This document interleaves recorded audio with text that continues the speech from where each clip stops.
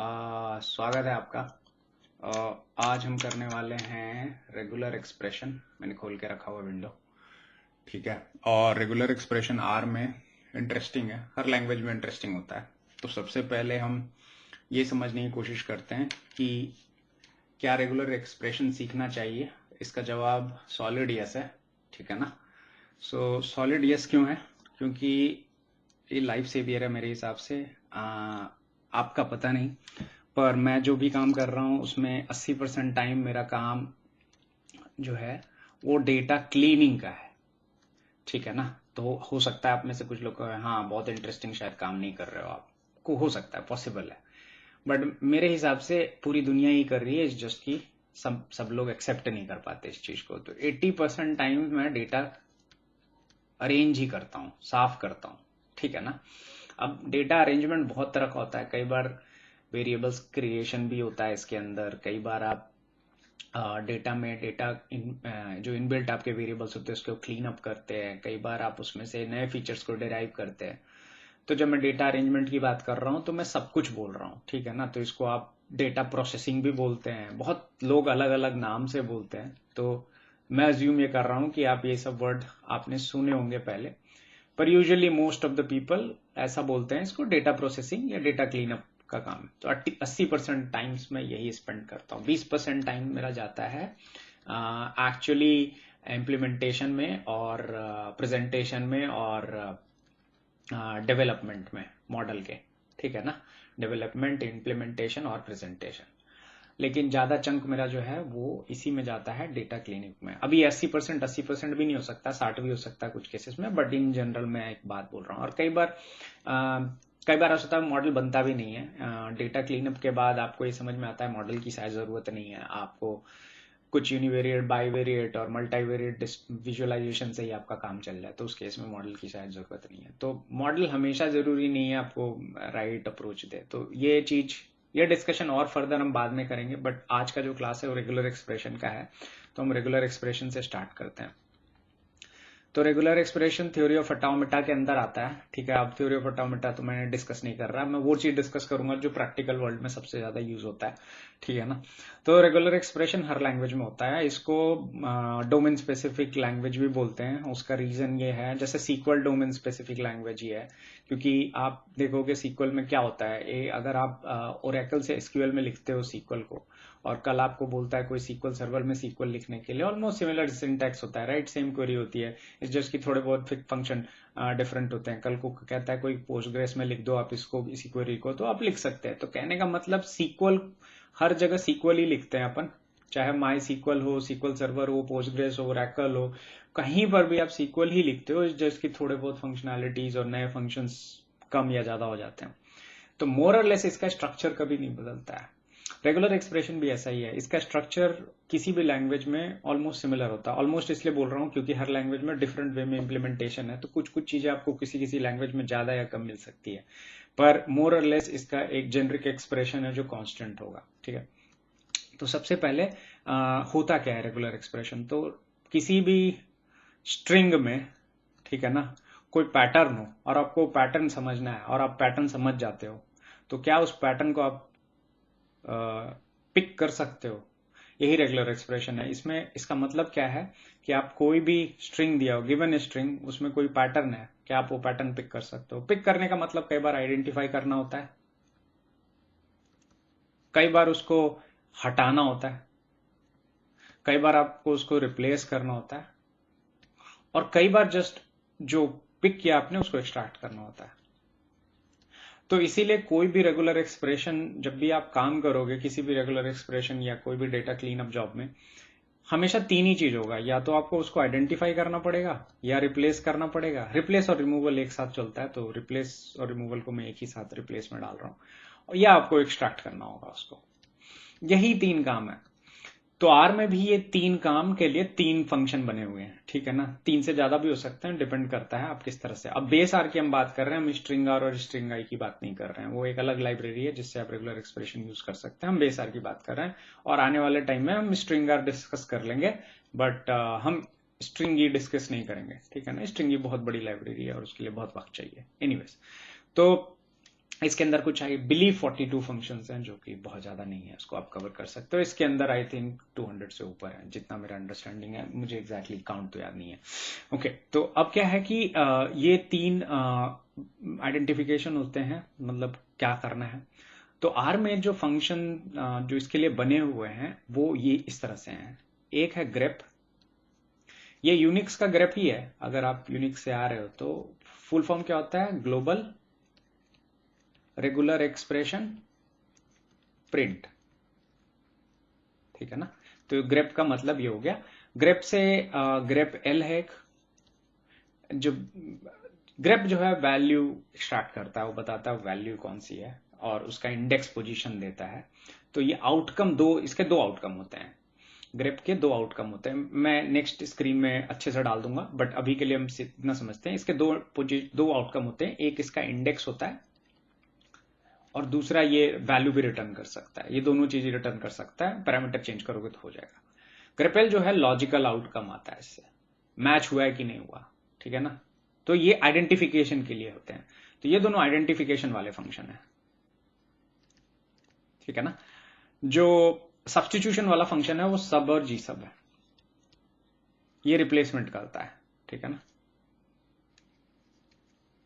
और लास्ट जो एक्सट्रैक्ट करने के लिए आप रेज एक्सपीआर और रेज मैचेस यूज कर सकते हो, या इसका जो ग्लोबल वर्जन है जिसको जो ग्रेग एक्सपीआर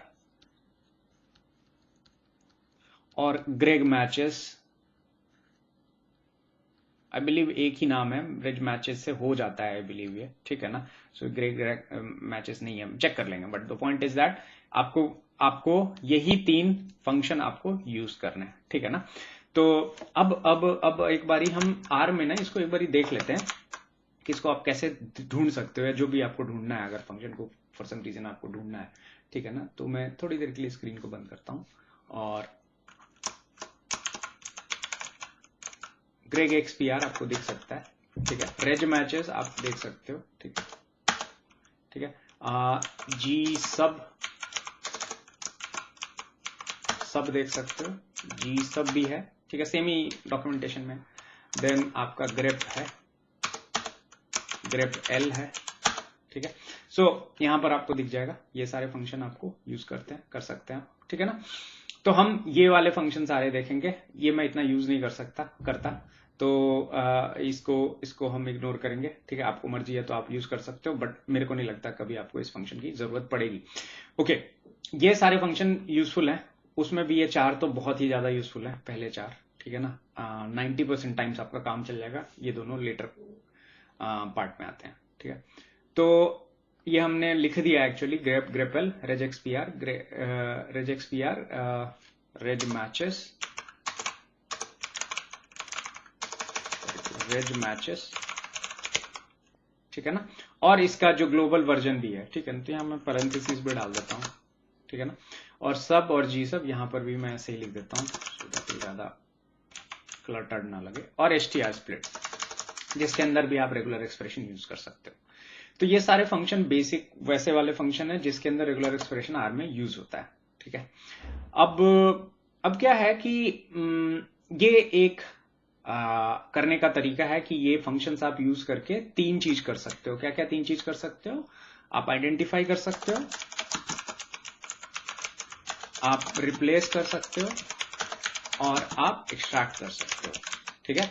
तो हमने बता दिया है, ये आइडेंटिफिकेशन के लिए है, ये आपका एक्सट्रैक्शन के लिए है, और ये जो है आपका रिप्लेसमेंट है, ये स्ट्रिंग स्प्लिट करने के लिए। तो इसको हम अलग से कंसिडर करेंगे, बट मोटा मोटी जो आपका 3 वे है रेगुलर एक्सप्रेशन करने का, वो ये 3 वे।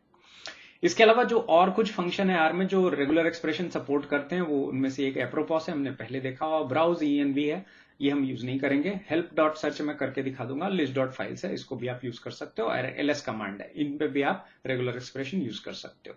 तो इसको छोड़ के बाकी सब हम यूज कर लेंगे। अब इसको क्यों नहीं यूज कर रहे हैं? क्योंकि मैं कभी यूज नहीं करता और आई डोंट केयर कि ये फंक्शन क्या करता है, क्योंकि पॉइंट ये है कि जो चीज आज तक 10 साल में कभी नहीं यूज की है, डेफिनेटली वो बहुत यूजफुल नहीं होगी, ठीक है ना। और सब कुछ पता नहीं होना चाहिए इंसान को, कुछ चीजें फ्यूचर के लिए रख देना चाहिए कि चलो मुझे कुछ तो नहीं आता, ऐसा पता होना चाहिए। हमेशा उससे अज्ञानता का भाव होता है, अज्ञानता का भाव से आदमी ज्यादा सीखता है। ओके, सो पॉइंट ये है कि हम में से हमको कुछ फंक्शंस पता होना चाहिए, जो कुछ फंक्शंस हम ये डिस्कस करेंगे। अब back to the sheet again,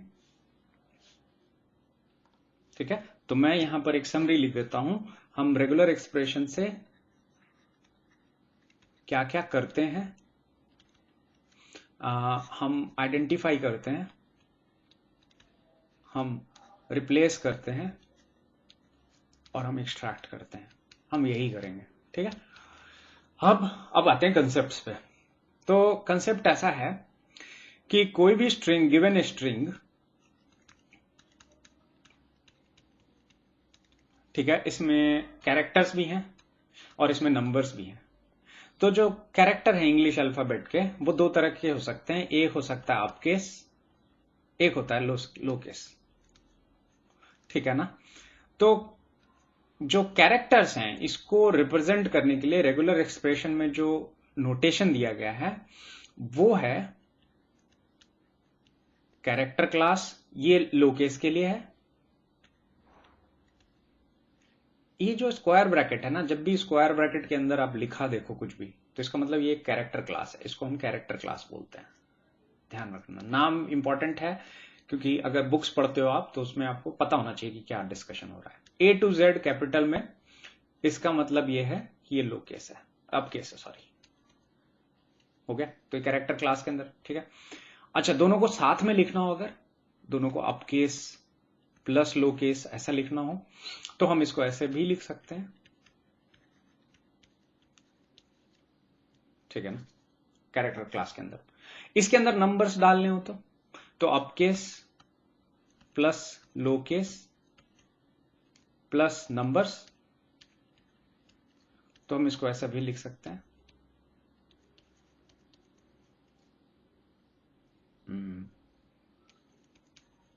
ठीक है। इसमें अगर अंडरस्कोर को भी ऐड करना है तो लोकेस नंबर्स प्लस अंडरस्कोर, तो आप क्या कर सकते हो, A to Z small, A to Z capital, 0 to 9 underscore, ठीक है। तो इस पूरे कॉम्बिनेशन का एक दूसरा शॉर्टकट भी है, इसको कहते हैं /W, वर्ड, इसको कहते हैं वर्ड। तो वर्ड का डेफिनेशन जो /W है, अब आर में हमेशा आप 2 स्लैश लगाओगे, एक नहीं लगाओगे, 2 स्लैश लगाओगे, ठीक है ना। बाकी लैंग्वेजेस में सिंगल स्लैश ही चलता है, आर में डबल स्लैश चलता है, ठीक है ना। तो इसको स्किप करते हैं अपन। तो ये वर्ड होता है, वर्ड का मतलब है इंग्लिश के अल्फाबेट, स्मॉलर कैपिटल, नंबर्स और अंडरस्कोर, ठीक है। अगर खाली नंबर लिखना हो तो खाली नंबर के लिए आप 0 to 9, ठीक है, लिख सकते हो। इसका एक दूसरा नाम भी है //D, इसको कहते हैं डिजिट। इस जस्ट की सेम चीज को आप दो अलग अलग तरीके से रिप्रेजेंट कर सकते हो। अच्छा, और क्या है, और कुछ स्पेशल कैरेक्टर भी है, ठीक है ना। जैसे फॉर एग्जाम्पल मान लो plus sign, dot, question mark, curly braces, parenthesis, है ना, इन सब के स्पेशल मीनिंग है, ठीक है, स्टार, ठीक है। तो इनके स्पेशल मीनिंग है, ठीक है ना। तो ये हम स्पेशल मीनिंग अभी हम देखते हैं, ठीक है ना। /S/T, /S स्पेस को कहते हैं, /T टैब को कहते हैं, इसी तरह से /V/U बहुत सारे होते हैं। तो आपको अगर देखना है तो रिजेक्ट्स का डॉक्यूमेंटेशन खोल करके सारे अल्फाबेट याद कर सकते हो। बट द पॉइंट इज, मैं उतना ही बताऊंगा जितना मुझे याद है और जितना मैं हर दिन यूज करता हूं, ठीक है ना। सो जो यूजफुल है इन अ टोटल सेंस। तो आपको कोई भी सब कुछ नहीं पढ़ा सकता, ना कि आपको शायद आपको याद हो पाएगा, शायद कभी भी ऐसा नहीं होगा कि सब याद हो जाए सारे। बट यस, जो इंपॉर्टेंट हो तो पता होना चाहिए फ्रंटल लोब पे। ओके, तो अब ये कहानी कथा हमको समझ में आ गई है कि ये इस तरह के नोटेशन होते हैं। अच्छा, और कौन कौन से नोटेशन होते हैं, तो ये इतने हैं। अच्छा, अगर आप कैपिटल में इसको लिखोगे तो इसका मीनिंग दूसरा हो जाता है। इसका मतलब होता है नॉट अ वर्ड, इसको छोड़ के कुछ भी, इसका मतलब है, ठीक है। और कैपिटल D लिख दिए तो इसका मतलब होता है नॉट अ डिजिट। अच्छा, अगर कैपिटल डी लिख दिए कैपिटल में तो नॉट अ डिजिट हो गया, नॉट अ वर्ड होगा। उसी तरह कैपिटल एस लिख दिए तो नॉट अ स्पेस। ठीक है ना। अच्छा, और क्या है? तो और भी बहुत सारे हैं, तो एक आध और कर लेते हैं, कुछ और देख लेते हैं। ठीक है। कैरेट, इसका मतलब होता है स्टार्ट ऑफ द वर्ड। अब हम मेटा कैरेक्टर्स को देखेंगे, हम शॉर्टकट नहीं देखेंगे अल्फाबेट वाले, जो as and when problem solve करते वक्त आते जाएंगे, मैं बताता जाऊंगा। ठीक है ना। बट अभी हम मेटा कैरेक्टर्स को देख रहे हैं। तो ये कैरेट हो गया, एक होता है dollar, end of the word, slash b, boundary character. बताऊंगा इसका क्या मतलब होता है। बाउंड्री कैरेक्टर का मतलब है कि मान लो तुमने कहा हिज, अब एक वर्ड है जिस पे लिखा हुआ है दिस इज हिज बैग, तो अगर तुम सर्च एंड रिप्लेस करोगे तो हिज जो है यहां, अब हिज को हर से अगर तुम रिप्लेस करते हो तो यहां पर हो जाएगा दर इज हर बैग, पर ये तुमको करना नहीं था शायद, राइट? दिस को दिस ही रखना था। तो यहां पर ये बाउंड्री कंडीशन यूजफुल हो जाता है, क्योंकि तुम कहोगे कि मुझे हिज नहीं चाहिए, मुझे हिज के आगे पीछे बाउंड्री कंडीशन। कहने का मतलब इसके आगे पीछे वर्ड नहीं होने चाहिए, अगर ये वर्ड नहीं होगा तभी इसको सर्च करो। तो इसके आगे पहले वर्ड है, राइट? तो इसको सर्च नहीं करेगा, सिर्फ इसको करेगा कि इसके पीछे स्पेस है और इसके आगे स्पेस है, तो सिर्फ उसको फाइंड करेगा। तो अगर आप स्लैश बी आगे पीछे लगा देते हो तो ये रहेगा दिस इज हर बैग। ठीक है ना। ये मतलब होता है बाउंड्री कंडीशन का। ओके, तो ये कैरेट हो गया, ये डॉलर हो गया, है ना। What else? डॉट, डॉट का मतलब होता है एनी कैरेक्टर। प्लस का मतलब होता है वन और मोर कैरेक्टर। ठीक है। स्टार का मतलब होता है जीरो और मोर कैरेक्टर। ठीक है ना। इसका ना कंटेक्स्ट में मीनिंग बदल जाता है इस वाले कैरेक्टर का, कैरेट का। ये चीज ध्यान रखना, बताऊंगा, ये सब डिस्कस करूंगा। ठीक है ना। क्वेश्चन मार्क, इसके बहुत सारे मतलब होते हैं। लाइक कैरेट, इसका बहुत मल्टीपल मीनिंग होता है, बट वन मीनिंग जो मैं आपको सबसे पहले बताना चाहता हूं वो होता है टू स्टॉप ग्रीडीनेस। पर इसका बहुत सारा मीनिंग है, कंटेक्स्ट में अलग अलग हो जाता है मीनिंग, काफी कंफ्यूजिंग भी होता है कई बार। तो ये इसको थोड़ा सा ध्यान रखना, इसको और इसको दोनों को ध्यान रखना। ठीक है ना। इसका दो अलग अलग मीनिंग है और इसके तो 4-5 अलग अलग मीनिंग है। ओके, तो ये हो गया स्टार, हो गया प्लस, हो गया डॉट, हो गया क्वेश्चन मार्क, हो गया व्हाट एल्स। जो पेरेंथेसिस है इसको कहते हैं कैप्चरिंग ग्रुप्स। कर्ली ब्रेसेस को एग्जैक्टली क्या बोलते हैं मुझे ध्यान नहीं है, बट इसमें होता यह है कि आपको अगर एग्जैक्ट नंबर पता है कि ये 3 लेंथ का ही है और 3 से 8 लेंथ के बीच में ही होगा, तो इसके अंदर आप लिमिट डाल सकते हो। तो ये मैचिंग में यूजफुल हो जाता है बहुत, मैचिंग विथ लिमिट्स। ठीक है ना। सो पॉइंट ये है कि ये सारे आपको ऐसे हैं जो आपको एकदम सर के आगे याद होने चाहिए। अगर आप 4-5 प्रॉब्लम 10 प्रॉब्लम सॉल्व करते हो तो आपको मोस्टली याद हो जाएगा। ठीक है ना। और हम इसको यूज कैसे करेंगे ये हम आगे आने वाले लेक्चर्स में देखेंगे, बट आई होप यहां तक आपको क्लियर हो गया होगा कि नोटेशंस क्या क्या है। ठीक है ना। कुछ और नोटेशंस मैं और एक्सप्लेन बाद में करूंगा, बट आई थिंक यहां तक ये नोटेशंस आपको क्लियर होने चाहिए। ठीक है ना। सो हम इनमें से सारे नोटेशंस या सम ऑफ देम को यूज करेंगे और इसका मतलब क्या है और हम डिटेल में डिस्कस करेंगे अगले लेक्चर में। अभी के लिए इतना ही। Thank you very much. Notations की एक क्लास थी, ठीक है ना। ये रेगुलर एक्सप्रेशन का नोटेशंस था, हम नोटेशंस डिस्कस किया हमने। अगले क्लास में हम यूसेज देख लेंगे इसको कर करके, तो वो थोड़ा ज्यादा प्रैक्टिकल होगा और ज्यादा समझ में आएगा। ठीक है ना। सो ये नोटेशंस आपको पता होना चाहिए। ठीक है। अगले क्लास के लिए अलविदा, मिलते हैं, bye bye, see you, take care, जय हिंद, जय भारत।